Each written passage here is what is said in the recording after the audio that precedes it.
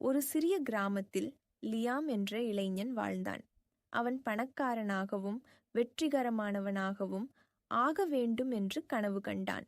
அவன் அயராது உழைத்தான். எப்போதும் பொருள்கள், உடைமைகள் மற்றும் பட்டங்களை துரத்தினான்.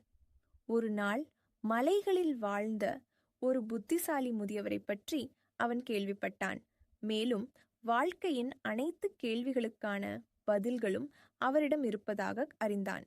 கற்கும் ஆவலில் லியாம் அவரை தேடி நீண்ட பயணத்தை மேற்கொண்டான்.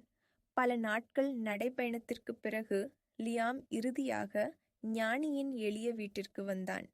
முதியவர் அவனை வரவேற்று அவனுக்கு என்ன வேண்டும் என்று கேட்டார். நான் வெற்றி பெற விரும்புகிறேன். எனக்கு செல்வம், மரியாதை மற்றும் மகிழ்ச்சி வேண்டும் என்று லியாம் ஆவலுடன் கூறினான். இதையெல்லாம் நான் எப்படி அடைய முடியும் என்று கேட்டான்.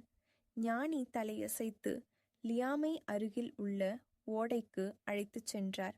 அவர் லியாமிடம் ஒரு சிறிய கூடையை கொடுத்து ஓடையில் இருந்து தண்ணீரை நிரப்பச் சொன்னார்.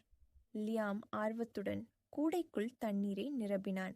ஆனால் அவன் அதை எடுத்துச் செல்ல முயன்ற போது தண்ணீர் துளைகள் வழியாக நழுவியது. மேலும் அவன் முதியவரை அடையும் நேரத்தில் கூடை காலியாக இருந்தது.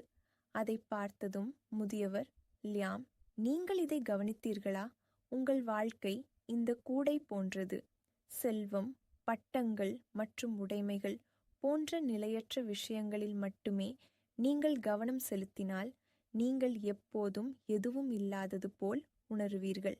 உங்கள் வாழ்க்கையை உண்மையிலேயே நிரப்ப நீங்கள் நிலையான விஷயங்களான அன்பு, இரக்கம் மற்றும் நோக்கம் ஆகியவற்றில் கவனம் செலுத்த வேண்டும்.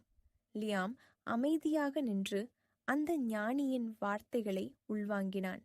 வெற்றியை தேடுவதில் உண்மையான மகிழ்ச்சியை கொடுக்கும் நிலையான விஷயங்களை அவன் புறக்கணித்து விட்டான் என்பதை அவன் உணர்ந்தான். இதிலிருந்து நாம் புரிந்து கொள்வது, உண்மையான மகிழ்ச்சி என்பது நிலையற்ற விஷயங்களை துரத்துவதிலிருந்து அல்ல, மாறாக உங்கள் வாழ்க்கையில் அன்பு, இரக்கம் மற்றும் நோக்கத்தை வளர்ப்பதில் இருந்து வருகிறது.